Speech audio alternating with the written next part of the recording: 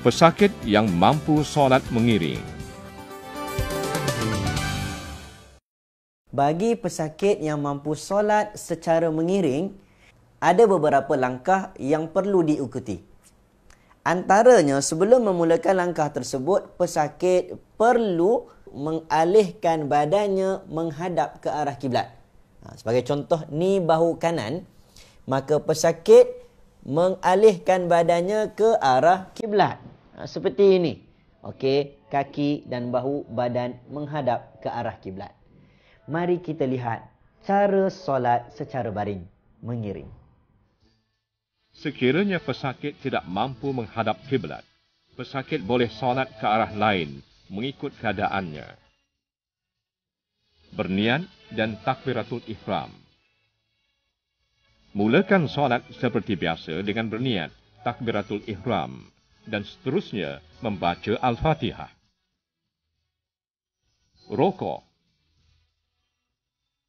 Seterusnya, rokok dengan menundukkan sedikit kepala sebagai isyarat rokok. Iktidal. Kemudiannya, lakukan iktidal dengan mengangkat semula kepala. Sujud dan duduk antara dua sujud.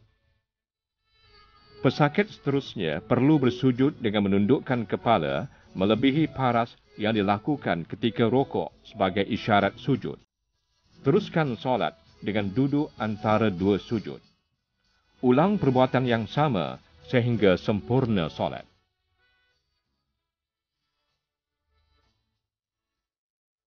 Melakukan tasyahud.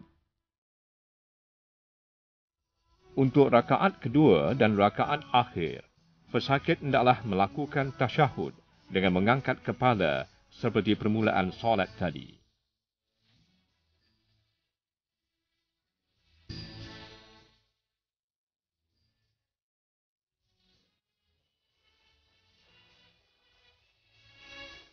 Akhiri solat dengan salam. Pesakit yang mampu solat terlentang. Ini pula solat dalam keadaan terlentang. Okey, pesakit dalam keadaan terlentang, maka pergerakannya agak terbatas. Pesakit boleh menggunakan isyarat. Okey, bagaimana nak guna isyarat? Boleh menggunakan kepala sebagai isyarat pergerakan solat. Ini satu. Nombor dua, pesakit juga boleh menggunakan mata sebagai isyarat pergerakan dalam solat. Namun kalaulah kepala tidak mampu ataupun mata pun tidak mampu untuk digerakkan, jangan risau. Hati masih boleh digerakkan. Bagaimana hati digerakkan? Dengan memberi isyarat bahawa petunjuk aku sedang melakukan pergerakan-pergerakan dalam solat. Ini kaedah solat secara terlentang. Dan pesakit apabila dia dalam keadaan terlentang, solat dalam keadaan terlentang, maka sebolehnya ditinggikan sedikit. Maksudnya ditinggikan sedikit kepalanya menghadap ke arah kiblat. Bagi contoh, kiblat arah sana. Kiblat arah sana. Maka ditinggikan sedikit bahagian kepala supaya muka menghadap ke arah kiblat. Termasuklah tapak kakinya menghadap ke arah kiblat. Namun jika tidak mampu, pesakit boleh mendirikan solat sekadar yang termampu mengikut kemampuannya. Berikut adalah langkah-langkah yang perlu kita ikuti. Pesakit yang mampu solat terlentang menggunakan isyarat kepala. Berniat dan takbiratul ihram. Bagi pesakit yang mampu solat terlentang menggunakan isyarat kepala, mulakanlah solat seperti biasa dengan berniat, takbiratul ihram, dan seterusnya membaca Al-Fatihah. Rokok. Seterusnya, pesakit bolehlah bertakbir sambil rokok dengan menundukkan sedikit kepala sebagai isyarat rokok. Iktidal. Pesakit akan melakukan iktidal dengan mengangkat kepala seperti permulaan tadi sebagai isyarat iktidal. Sujud dan duduk antara dua sujud. Pesakit seterusnya perlu bersujud dengan menundukkan kepala melebihi paras yang dilakukan ketika rokok sebagai isyarat sujud. Teruskan solat dengan duduk antara dua sujud.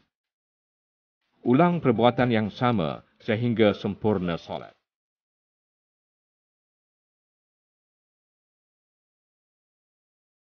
Melakukan tasyahud. Untuk rakaat kedua dan rakaat akhir, pesakit hendaklah melakukan tasyahud dengan mengangkat kepala seperti permulaan solat tadi.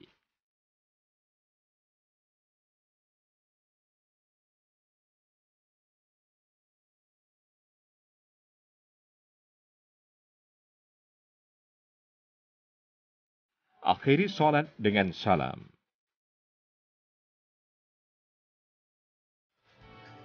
Pesakit yang mampu solat terlentang menggunakan isyarat mata. Berniat dan takbiratul ihram.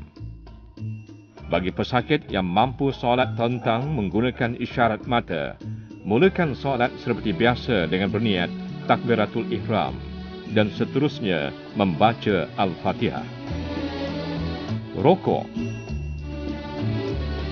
Seterusnya, pesakit bolehlah bertakbir sambil menutup separuh kelopak mata sebagai isyarat rokok. Iktidal. Pesakit akan melakukan iktidal dengan membuka kembali kelopak mata seperti di permulaan solat. Sujud dan duduk antara dua sujud. Kemudian pejamkan kelopak mata keseluruhannya sebagai isyarat sujud. Pesakit hendaklah membuka kembali kelopak mata seperti di permulaan solat sebagai isyarat duduk di antara dua sujud. Ulang perbuatan yang sama sehingga sempurna solat. Melakukan tasyahud. Untuk rakaat kedua dan rakaat akhir, pesakit hendaklah melakukan duduk tasyahud dengan membuka kelopak mata sepenuhnya. Akhiri solat dengan salam. Panduan umum. Sekiranya terdapat masalah ruang untuk solat, pesakit hendaklah memanfaatkan ruang yang ada untuk melakukan solat secara sempurna. Cari tempat dan waktu yang sesuai untuk melakukan solat tanpa menyebabkan gangguan terhadap orang lain. Sekiranya pesakit benar-benar menghadapi masalah ruang yang sempit sehingga tidak boleh dilakukan rokok dan sujud seperti biasa, lakukan solat dalam keadaan berdiri dan memadai dilakukan rokok dan sujud dengan menundukkan badan dan kepala sebolehnya bersesuaian dengan keadaan ruang di tempat tersebut. Alhamdulillah, seronok kita kali ni. Kita sudah pun selesai mempelajari cara berwuduk, cara bertayamum dan juga cara solat. Sama ada solat secara duduk, berdiri maupun solat secara berbaring. Kita minta kepada Allah Subhanahu Wa Taala, minta banyak-banyak doa. Semoga Allah kurniakan kepada kita ilmu yang bermanfaat. Dengan ilmu tersebut dapat kita istiqamah mendirikan solat. Sama ada kita diuji oleh Allah ketika dalam keadaan sihat maupun Allah uji kita dalam keadaan sakit. Assalamualaikum warahmatullahi wabarakatuh.